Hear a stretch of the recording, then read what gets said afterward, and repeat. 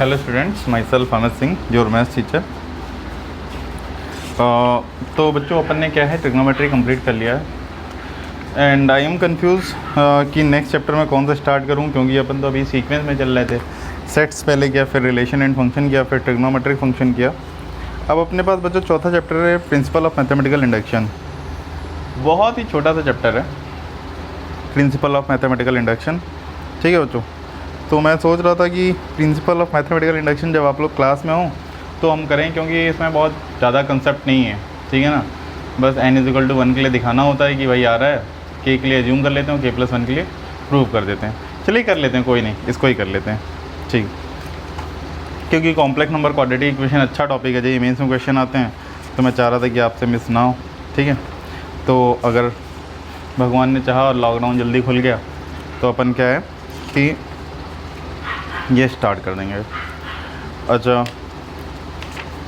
Principle of mathematical induction. इसके पहले बच्चों मैं कुछ बातें आप लोगों से करना चाहता हूँ।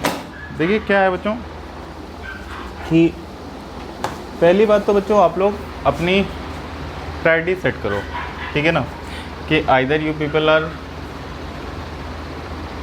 डूइंग फॉर बोर्ड्स ओनली, और you people are doing for some olympiads, और you people are doing for some like JEE mains और जेई एडवांस लेवल एग्जामिनेशन।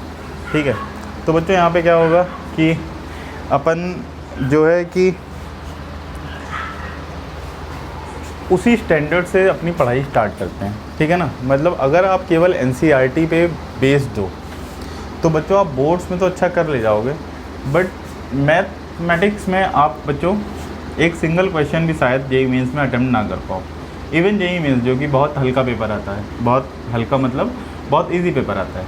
ठीक है, तो मैं कहूँगा बच्चों कि आप लोग पहले अपनी प्रायोरिटी सेट करो, what you people want to do in your life.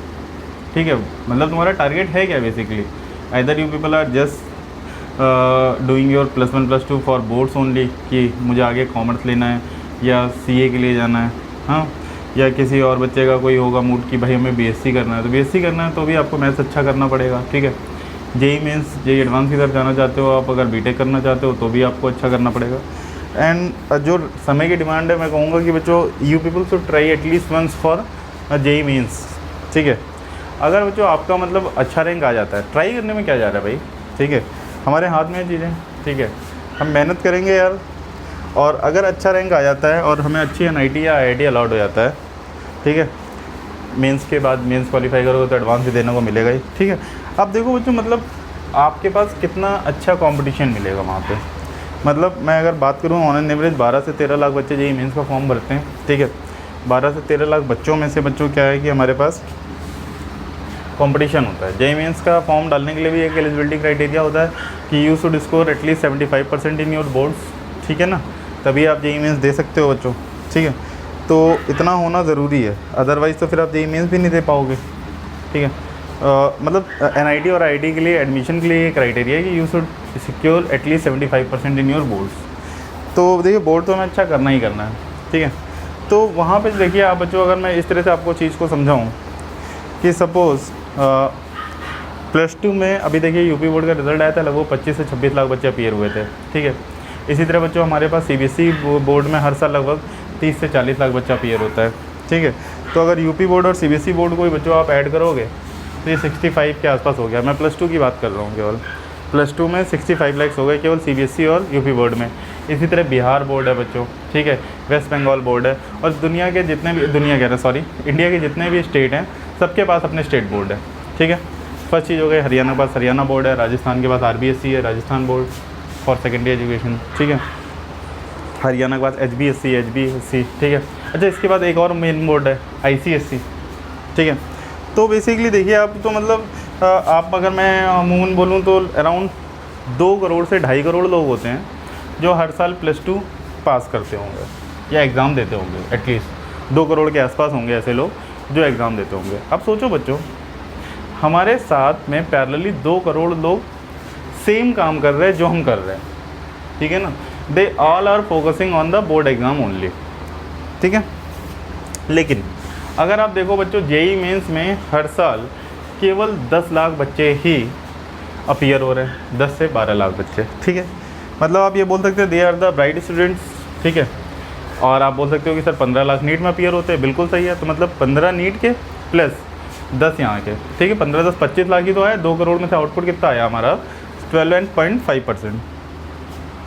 तो बच्चों मेरे कहने का मतलब ये है कि you people should focus on your study, ठीक है, और अपना एक टारगेट आप सेट करो, ठीक है।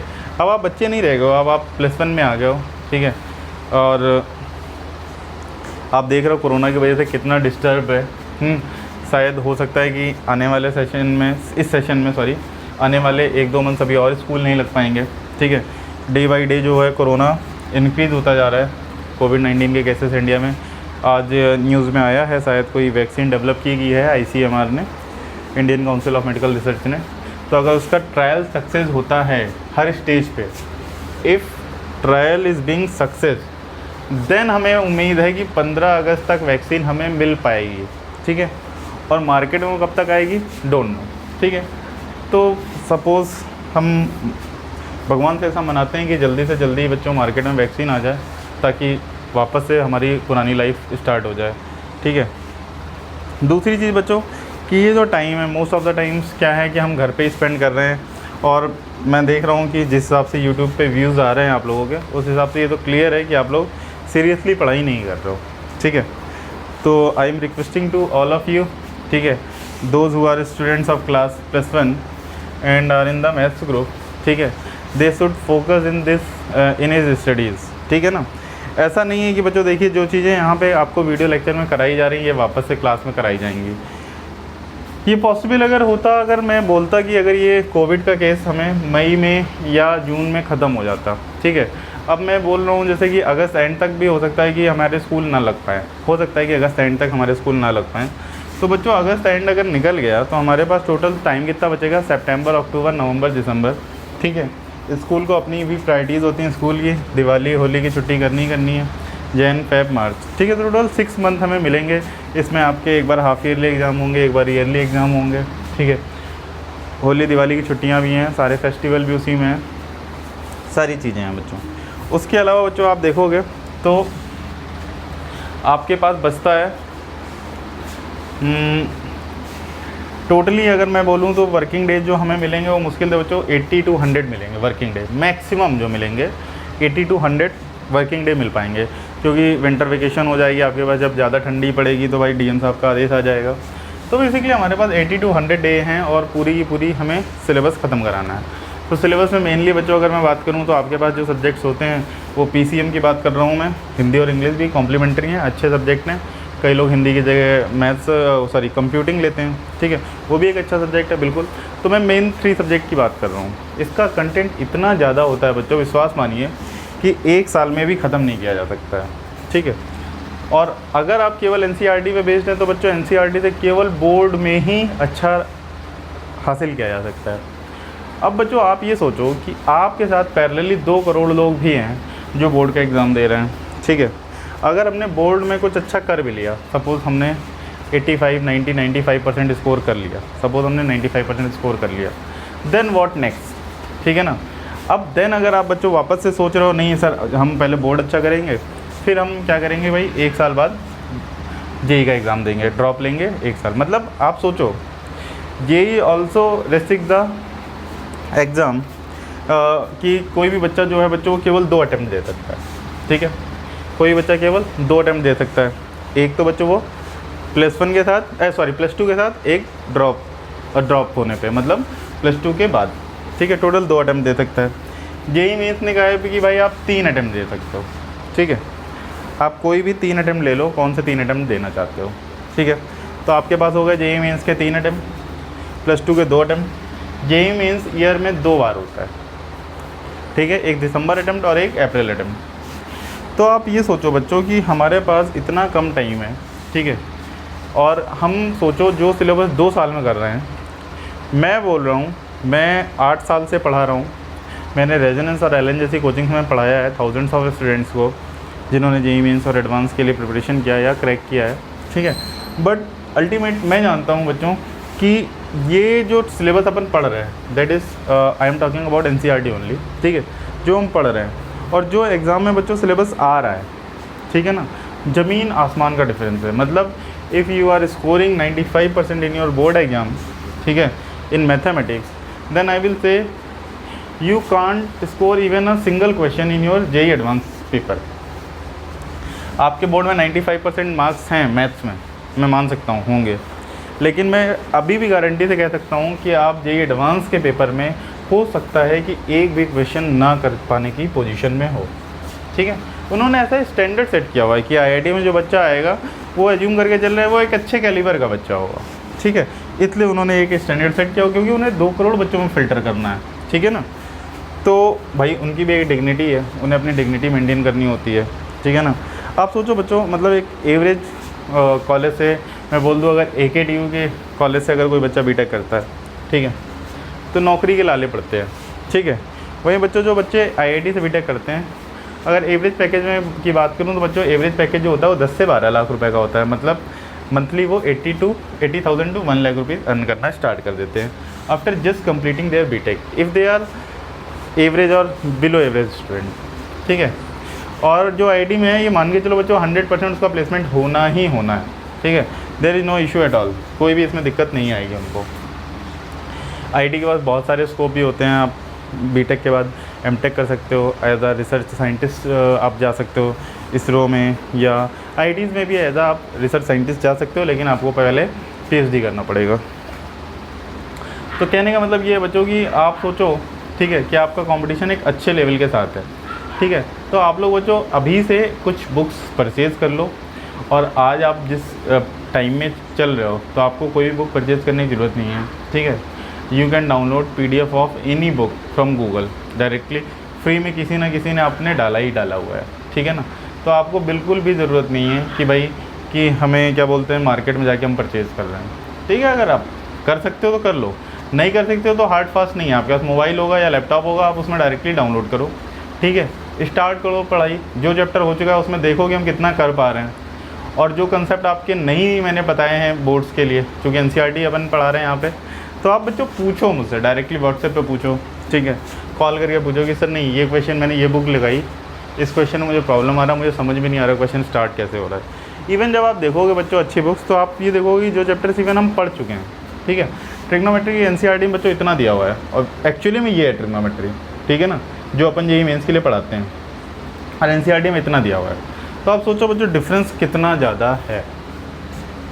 ठीक है, तो वही चीज़ें हैं बच्चों, अगर आप जब बुक स्टार्ट करोगे लगाना तो आप स्टार्ट ही नहीं कर पाओगे question, you will don't know how to even start the question. ठीक है, तो आपको उस टाइप की बच्चों वहाँ पे प्रॉब्लम आएगी।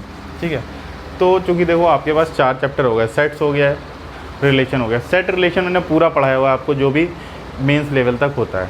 ठीक है, जितना भी मेंस लेवल तक है सारे का सारा मैंने सेट्स रिलेशन में आपको पढ़ाया हुआ है। तो I will tell you that कि सेट और रिलेशन के मेरे वीडियोज़ आप फॉलो करें। ठीक है, इसके बाद देखिए बच्चों, हमने जो दूसरा चैप्टर पढ़ा था सेट और रिलेशन के बाद, वो पढ़ा था, देखता हूँ क्या था भाई, सेट और रिलेशन के बाद फंक्शन था, रिलेशन एंड फंक्शन। सेट पहला था, फिर था रिलेशन एंड फंक्शन। तो रिलेशन एंड फंक्शन में भी मेनली चीज़ें बच्चों मैंने बता दी थी आपको, बट अभी आप फंक्शन के क्वेश्चन नहीं कर पाएंगे, क्योंकि फंक्शन जो है वो बच्चों +2 के सिलेबस में भी दिया हुआ है। ठीक है, +2 में काफ़ी एक्स्ट्रा चीज़ें भी दी हुई हैं जिसे आपको करना है। तीसरा चैप्टर बच्चों अपन ने ट्रिग्नोमेट्री पढ़ा है। ट्रिग्नोमेट्री मैंने बताया आपको, मैंने केवल आपको NCERT कराया है, अभी NCERT से ऊपर कुछ भी नहीं कराया है। इवन हर एक क्वेश्चन मैंने कोशिश की है कि बोर्ड पे करके दिखाऊँ आपको कि कैसे होता है, और लगभग मैंने किए भी सारे हैं। बट आप लोग हैं थोड़े से इस समय काम नहीं कर रहे हैं। ठीक है ना, तो आप लोग बच्चों क्या करो, ठीक है, डेली बेसिस पे मैं अभी ये कह रहा हूँ कि आप लोग अभी घर पे हो। ठीक है, तो डेली बेसिस पे बच्चों एक वीडियो देखो हर एक सब्जेक्ट का, तो आपको हर एक सब्जेक्ट का अगर एक वीडियो मैं बोलूँ तो हार्डली 3 घंटे लगेंगे देखने में। ठीक है, और उसके बाद हर एक सब्जेक्ट को डेली 1 घंटा दो। फिजिक्स, केमिस्ट्री, मैथ की मैं बात कर रहा हूँ, एंड मैं ये ऐसा नहीं बोल रहा हूँ कि आप इंग्लिश या कंप्यूटिंग ना पढ़ो। ठीक है, आप उसको भी टाइम दो। ठीक है, लेकिन मेन 3 जो सब्जेक्ट हैं, फिजिक्स, केमिस्ट्री एंड मैथमेटिक्स, इसमें बच्चों डेली आप 1 आवर का सेल्फ स्टडी करो। ठीक है, मैं प्रॉमिस करके दे रहा हूँ कि अगर आपने 1 आवर डेली दिया, ठीक है, सपोज़ आज से लेके जब तक हम जेईई मेंस देंगे 2021 में, ठीक है, और 2022 में आप दोगे जनवरी अटैम्प्ट, ठीक है, तो जनवरी 2022 में आपका एग्ज़ाम होगा। तो बच्चों विश्वास मानो, आप तब तक मेरी समस्या का डेली 1 घंटा पढ़ोगे और उसमें से मैं 20% कम भी कर दूँ तो आप लगभग 400 से 500 आवर पढ़ चुके होगे। ठीक है, 500 आवर आप पढ़ चुके होगा, 500 आवर्स। ठीक है, तो 500 आवर्स बच्चों पढ़ चुके हो तो आप डेफिनेटली एक अच्छी पोजीशन में हो गए पेपर को सॉल्व करने की। ठीक है, किसी चैप्टर को पढ़ने का तरीका क्या होता है, पहले हम क्या करते हैं बच्चों, एक्सरसाइज 1 सॉल्व करते हैं, कोई भी कंपटीशन बुक ली उसकी एक्सरसाइज 1 सॉल्व की, फिर एक्सरसाइज 2 सॉल्व की। ठीक है, और फिर अपन आए प्रीवियस ईयर पेपर में कि how much of this paper I can solve. उस चैप्टर के जो प्रीवियस ईयर क्वेश्चन पूछे जा चुके हैं बोर्ड्स में, जेई मेंस में, जेई एडवांस में, कि उसमें से अब हम कितना कर पा रहे हैं। ठीक है, अच्छा आप में से कई लोग होते हैं, अरे सर वो तो बहुत टफ एग्ज़ाम है सर, जेई मेंस हम लोग के बस का नहीं है, जेई एडवांस हमारे बस का नहीं है। मैं सपोज़ बच्चों आपको एक छोटा सा एग्जांपल देता हूँ। सपोज़ एक बहुत ब्राइट स्टूडेंट है, ठीक है, एक बहुत ब्राइट स्टूडेंट है और एक एवरेज या डल स्टूडेंट है। सपोज़ बच्चों एक होती है कैचिंग पावर। ठीक है, ब्राइट स्टूडेंट क्यों बोल रहे हो उसको, क्योंकि उसकी कैचिंग पावर अच्छी है। ठीक है, एक एवरेज स्टूडेंट है, इसकी कैचिंग पावर ब्राइट स्टूडेंट से कम। सपोज़ बच्चों इसकी कैचिंग पावर है हमारे पास 80%। ठीक है, ये क्या कर रहा है, 80% इसकी कैचिंग पावर है। ठीक है, ये 80% कैच करता है और एक एवरेज स्टूडेंट है, इसकी बच्चों हमने कैचिंग पावर ले ली 40%। ठीक है, ठीक है बच्चों, तो बच्चों 80% हो गया और मान लिया बच्चों की ये डेली स्टडी करता है 5 आवर्स, 5 आवर्स ये डेली स्टडी करता है।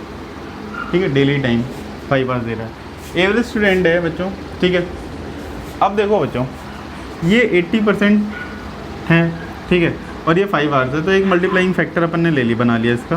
तो 5 × 80/100 क्या अपन ने, तो अपने पास क्या आ गया बच्चों, 4 आ गया। ठीक है, एक मल्टीप्लाइंग फैक्टर या टोटल आउटपुट मैं देखूँ तो आउटपुट इसका कितना आ रहा है, 4 का आ रहा है। ठीक है बच्चों, आउटपुट कितना आ रहा है, 4 का आ रहा है। अब देखो बच्चों ये 40% है, इसको कितना स्टडी करना पड़ेगा कि आउटपुट इसका ही 4 आ जाए। ठीक है बच्चों, देखिए बच्चों ये है ना हमारे पास, तो दैट इज इक्वल टू क्या आ गया बच्चों, 10 आवर्स। ठीक है, तो बच्चों कोई भी देखिए, कोई भी बच्चों हमारे पास एवरेज स्टूडेंट नहीं होता, कोई बच्चों डल नहीं होता, कोई भी ब्राइट नहीं होता है। ठीक है, इस बच्चे ने पहले पढ़ाई की हुई है इसलिए इसको चीज़ें आसान लगती हैं। आपने पहले पढ़ाई नहीं की हुई थी, ठीक है, तो आपको चीज़ें टफ लग रही होंगी। बट अगर आप सोचो एक bright student daily 5 hours study करता है और आप डेली बच्चों अगर इसे 10 आवर्स स्टडी करोगे तो आप इसके लेवल पे आ जाओगे। स्टार्टिंग में आपको सिटिंग का प्रॉब्लम हो सकता है। देखिए पढ़ाई की कैसे आ सकती है, आप सभी लोग कहते हैं बेटा एक टाइम टेबल बना लो कि भैया आप सुबह उठ कितने बजे रहो। ठीक है, फिर आप क्या बोलते हैं कितने बजे स्कूल जाते हो, आते कितने बजे हो, फिर कोचिंग कितने बजे आते हो, आते कितने बजे हो, ट्यूशन कितने बजे आते हो, आते कितने बजे हो, खाना कब खाते हो, स्पोर्ट्स से आते हो। तो मैं कहता हूँ बच्चों सारे काम सेकेंडरी। ठीक है, फिर वो बोलते हैं आपको भैया कि ये स्लॉट हो गया आपका टाइम का।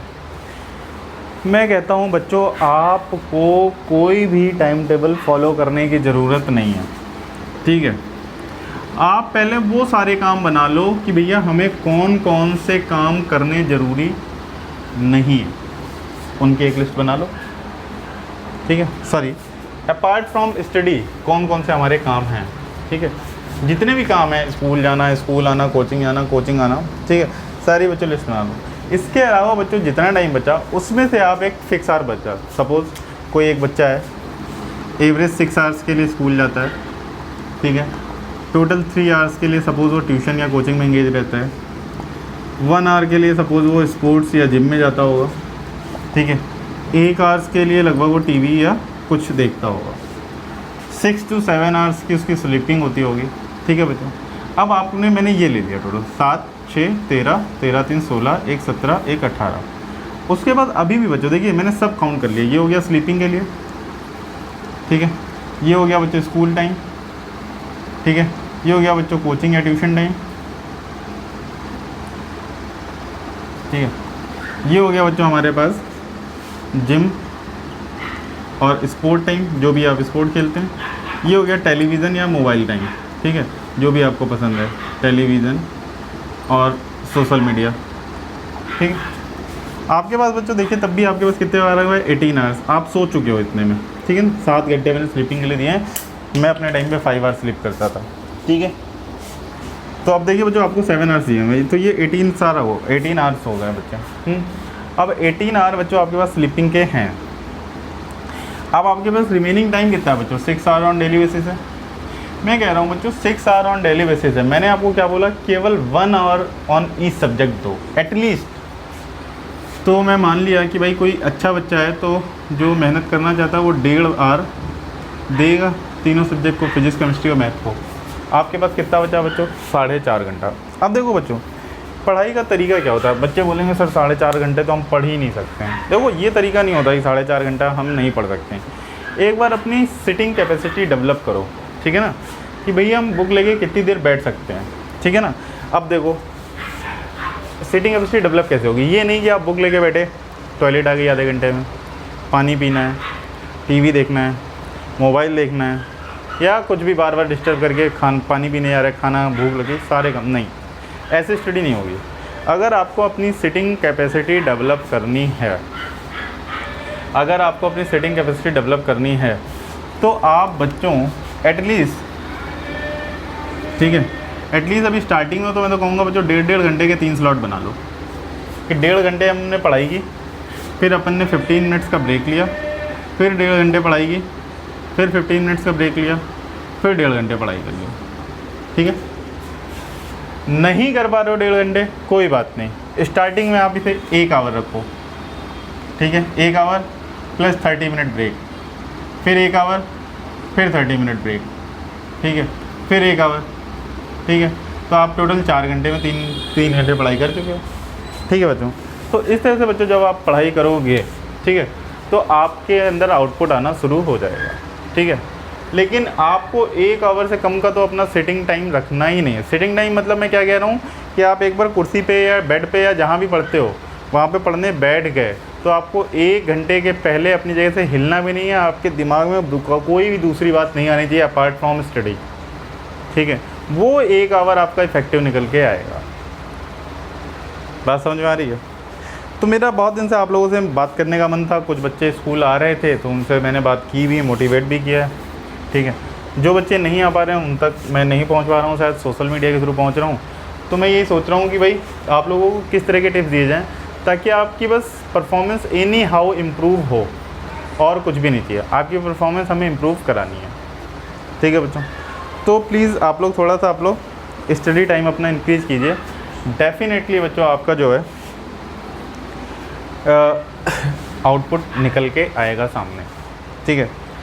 और उसके बाद बच्चों जब अभी स्कूल शुरू होगा, ठीक है, मैं पर्सनली बात करूंगा प्रशांत सर से कि फ़िज़िक्स, केमिस्ट्री और मैथमेटिक्स के एटलीस्ट हम मंथ में 1 बार टेस्ट रखें, ठीक है, ऑब्जेक्टिव पैटर्न पे, जो कि जेईई मेंस और एडवांस के पैटर्न पे रहेगा। और ये सबके लिए मैं फिर से बता दे रहा हूँ, कंपलसरी नहीं है, किसी के साथ भी ज़बरदस्ती नहीं होगी। जो करना चाहते हैं, ठीक है, वो पेपर दीजिए, जो नहीं देना चाहते हैं कोई ज़बरदस्ती नहीं है, ठीक है। बस मैं ये चाहता हूँ कि आप एक अच्छी स्टडी कीजिए, ठीक है। डीपीपी मिलेंगी आपको हर एक चैप्टर की, क्योंकि अभी तो टाइम ऐसा चल रहा है कि अभी अपन नहीं दे पा रहे, ठीक है। तो आपको हर सब्जेक्ट की मैं हर चैप्टर की डीपीपी दूंगा, ठीक है। कोशिश करूंगा कि जितने चैप्टर हो गए वापस से मैं आपको क्लास में एक क्विक रिवीजन दे पाऊँ, ठीक है ना, ताकि जो बच्चे अभी सोशल मीडिया पे नहीं दे पा रहे हैं या मोबाइल या इंटरनेट की प्रॉब्लम आ रही है उनके यहाँ या लैपटॉप की प्रॉब्लम है, तो कोई भी घबराने की ज़रूरत वहाँ पे उनको नहीं, ठीक है। तो आप लोग प्लीज़ बच्चों क्या करिए कि एक पहले तो अपना आप स्टडी प्लान बनाइए, ठीक है। फर्स्ट ऑफ ऑल अपना एक स्टडी प्लान बनाइए, ठीक है। तो आपके पास बच्चों एटलीस्ट एक स्टडी प्लान अपना होना चाहिए, ठीक है। एक तो आपका स्टडी प्लान हो गया, ठीक है बच्चों। उसके बाद बच्चों अपना टारगेट आप डिसाइड कीजिए। What is your target, that is your. भाई किसी बच्चे का मन है नहीं मैं MBA करना चाहता हूँ, बिल्कुल अच्छी बात है, किसी की तरफ से कोई भी परेशानी नहीं है। किसी बच्चे का मन है कि नहीं यार +2 के बाद मैं कॉमर्स लूँगा, कोई दिक्कत की बात नहीं है, मुझे CA करना है। किसी का मन है मुझे LLB करना है, ठीक है ना।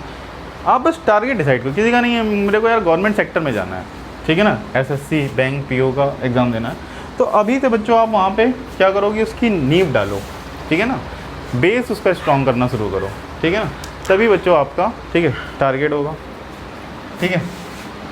आप डेली फिर अपने लिए टारगेट सेट करो, डेली टारगेट, कि जो भी आपका स्टडी आवर्स थे, ठीक है, उसमें से आपने कितने परसेंट अचीव किया, और it should not be less than 100%। अगर आप ये दोनों रूटीन फॉलो कर रहे हो।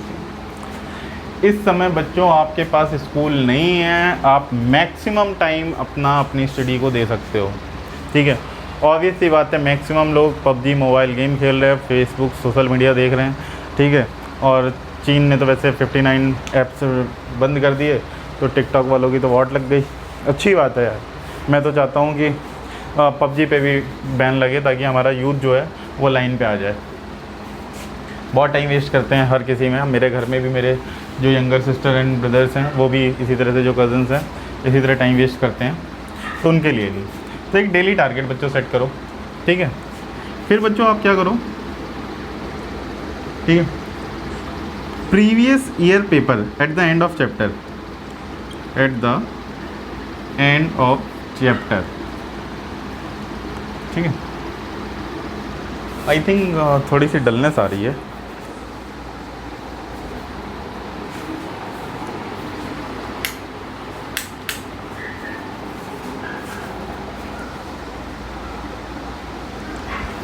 जो भी बच्चों देखिए, at the end of the chapter, ठीक है, जो भी आपका चैप्टर ख़त्म हुआ, either it is from physics और इट इज़ फ्रॉम केमिस्ट्री और इट इज़ फ्रॉम मैथ्स, ठीक है बच्चों, आप इसमें बच्चों at a end of chapter previous year board के क्वेश्चन करो, प्रीवियस ईयर बोर्ड, ठीक है, क्वेश्चंस, ठीक है। प्रीवियस ईयर जो भी बोर्ड के क्वेश्चन आ चुके हैं, अब +1 में आप कहोगे सर +1 में तो बोर्ड होता नहीं है, एक्सक्यूज़ आप लोग के पास बहुत सारे होते हैं। तो बच्चों कोई घबराने की जरूरत नहीं है, आप सैम्पल पेपर डाउनलोड कर लो, इंटरनेट पे बहुत सारी साइट्स हैं जो सैम्पल पेपर देती हैं, ठीक है, बाइजू, अनअकैडमी, वेदांतु, ठीक है, और भी दुनिया की बहुत सारी साइट्स हैं, ठीक है ना, मेरिट नेशन, ठीक है, ये सारी हैं बच्चों, ठीक है। यहाँ से आप पेपर डाउनलोड करो, फ्री का पेपर मिलेगा आपको, पेपर सॉल्व करो, कितना आप कर पा रहे हो, ठीक है, चेक योर सेल्फ, ठीक है। उसके बाद those who are preparing for engineering, या जिनका, मैं बार बार इसलिए दवा दे रहा हूँ जेईई मेंस के लिए, आपका सब्जेक्ट अच्छा होगा। मैं ये नहीं कह रहा हूँ कि बच्चों क्या बोलते हैं आप इंजीनियरिंग ही करो, इंजीनियरिंग करोगे तो लाइफ सेट हो जाएगी, बिल्कुल। देखो आज की डेट में जो है कि आपका जिसमें इंटरेस्ट है उसमें आप अपना करियर बना सकते हो। अभी आप लोग को सुशांत सिंह राजपूत का केस पता ही होगा, ठीक है, आप अभी जानते हो, मैं उसे पहले से जानता था, ठीक है, पहले से मतलब उसे पर्सनली नहीं जानता हूँ कि व्हाट आर हिज अचीवमेंट्स, वो सब मुझे पता थी, ठीक है ना, कि भाई वो उसने ऑल इंडिया रैंक 7 अचीव किया था, ठीक है। तो ये सारी चीज़ें हम लोग कोचिंग में जब पढ़ाते थे तो बताते थे बच्चों को। उसके बाद भी वो कॉलेज 3rd ईयर में ड्रॉप आउट करके चला गया, ठीक है, because his passion is something else and he had done so, ठीक है, उसने उसके लिए इतनी मेहनत की। देखिए एक जो होता है ना बच्चों, एक जो होता है इंटेलिजेंसी, ये हर किसी के पास नहीं होती है, ठीक है, ये हर किसी के पास नहीं होती है। और एक बच्चों होता है हार्ड वर्क, ठीक है। तो जो बच्चों ये हार्ड वर्क है, ठीक है, ये हार्ड वर्क तो किसी की भी लाइफ बदल सकता है। हार्ड वर्क का नो सब्स्टिट्यूशन, कोई भी सब्स्टिट्यूशन नहीं है, ठीक है, ठीक है। आपको बच्चों सोशल मीडिया ये सारी चीज़ें छोड़नी पड़ेंगी, ठीक है, अभी केवल अभी के मैं बोल रहा हूँ 2 से 3 साल के लिए, ठीक है, अनटिल अनलेस +2 के बाद आप कहीं सेटल नहीं हो जाते, किसी कोर्सेज में एडमिशन नहीं ले लेते, ठीक है। आप हार्ड वर्क का कोई भी सब्स्टिट्यूशन नहीं है। एक बच्चा जो डेली 6 से 8 घंटे पढ़ाई कर रहा है और वो ईमानदारी से पढ़ाई कर रहा है, तो मैं गारंटीड बोल सकता हूँ कि उसका फ्यूचर बहुत अच्छा है, ठीक है। और बच्चों देखिए जो हार्ड वर्क है ये कभी ख़राब नहीं जाता है, ठीक है। मेरे भी कुछ फ्रेंड्स थे बच्चों जैसे मैं एक एग्जांपल देता हूँ, एक मेरा फ्रेंड है विवेक नाम है, वो बच्चों 2008 में मेरा +2 था, 2008 में उसका भी +2 था, 2015 में मैं बच्चों एलन में पढ़ा रहा था और 2015 में still he is preparing from Allen for NEET, ठीक है, वो नीट की तैयारी कर रहा था। वो बहुत ही मतलब मार्जिनल मार्क्स से रह जाता था, कभी 1 नंबर से, कभी 2 नंबर से, कभी 4 नंबर से। एक बार उसका AIPMT में हुआ, अभी नीट उस समय All India Pre Medical Test के नाम से होता था, तो वो बच्चों क्या हुआ कि एग्ज़ाम ही कैंसिल हो गया। तो मैं कह सकता हूँ उसकी किस्मत ही ख़राब रही, ठीक है। तो 2015 में बच्चों फिर अब एक तो टाइम होता है ना जब बच्चा टूट जाता है, 7 ईयर ड्रॉप लिए थे उसने, सोचिए 2008 में +2 था, 2015 में उसने लास्ट टाइम APMT दिया था। फिर मैं चूँकि LN में था तो फिर मैंने भी अपने सर लोगों से बात की कि sir he is my friend and 7 drop हैं इसके। तो उनसे पूछा गया कि भाई आप किस सब्जेक्ट में तगड़े कॉन्फिडेंट होगी, कहीं से कुछ भी पूछ दिया जाए मैं बता दूंगा। तो उसने बोला सर मैं जूलॉजी में बहुत कंफर्टेबल हूँ, आप कहीं से कुछ भी पूछ लो। शायद मुझे पिछले 3 सालों से कुछ नया कंटेंट मिल ही नहीं रहा जूलॉजी में, मतलब 3 साल पहले जितना मेरा सब्जेक्ट था शायद वो मेरे को अचीव हो चुका, मतलब मैं उस सब्जेक्ट में सैचुरेट हो चुका हूँ, सैचुरेशन की स्टेज पे आ चुका हूँ। तो उन्होंने कहा बेटा ठीक है you should start teaching zoology. बच्चों मैं बहुत बड़ी बात नहीं कह रहा हूँ, लेकिन 2015 में बच्चों उसने LN से ही टीचिंग स्टार्ट की जूलॉजी पढ़ाना, ठीक है। और आज बच्चों वो आकाश में जूलॉजी पढ़ाते हैं सर, विवेक सर, मतलब विवेक मेरा जो फ्रेंड है। तो आज बच्चों वो लगभग मतलब एक अच्छी हाइट पे हैं, मतलब शायद मैं बोलता कि अगर वो MBBS करने के बाद भी जितना अर्न करते, ठीक है, क्योंकि MBBS होने के बाद तुरंत तो बच्चों ज़्यादा सैलरी नहीं मिलती, 50-60,000 पर मंथ ही मिलती है, ठीक है। और आज मेरी समझ से बच्चों वो he is earning around 2.25 lakhs per month, ठीक है ना, 2.25 lakhs रुपीज़ पर मंथ, मतलब 27 lakhs रुपीज़ पर एनम का उसका पैकेज है, ठीक है। और बहुत अच्छा टीचर है वो, क्यों झूठ बोलूँगा, ठीक है। तो उसकी क्वालिफिकेशन केवल +2 ही है। तो ऐसा नहीं है, बहुत सारे ऐसे एग्जांपल्स हैं जो मैं आपको दे सकता हूँ, ठीक है, कि आपकी हार्डवर्क कभी भी ख़राब नहीं जाएगी, ठीक है। तो so put your 100% in your study, ठीक है। इस टाइम पे आप सोशल मीडिया यूज़ करते हो, यूज़ करो, बट अपनी ऊपर कमांड रखो, ठीक है, अपने ऊपर आप कमांड रखो कि आप क्या करना चाहते हो, ठीक है ना। एक जो फादर होता है या मदर होती है उसकी कभी आंखों में देखना जब आप कुछ अचीव करते हो कि how they feel proud in due to your self, ठीक है ना, कि कैसे उन्हें अपने आप पे गर्व महसूस होता है कि he is father of you जब आप कभी कुछ अच्छा करते हो। तो आप सोचो बच्चों कि अगर हम कभी ज़िंदगी में फेल होते हैं तो बाप भी जो होता है हमारा वो घर से जब निकलता है बच्चों तो सर झुका के निकलता है, ठीक है ना। लेकिन अगर बच्चों वही चीज़ अगर हम क्या बोलते हैं जो अच्छे से करते हैं, कुछ अच्छा करते हैं, सोसाइटी में नाम करते हैं, तो वो भी बच्चों सीना चौड़ा करके कॉलर ऊपर करके निकलता है, ठीक है, मेरे बेटे ने कुछ अच्छा किया, ठीक है।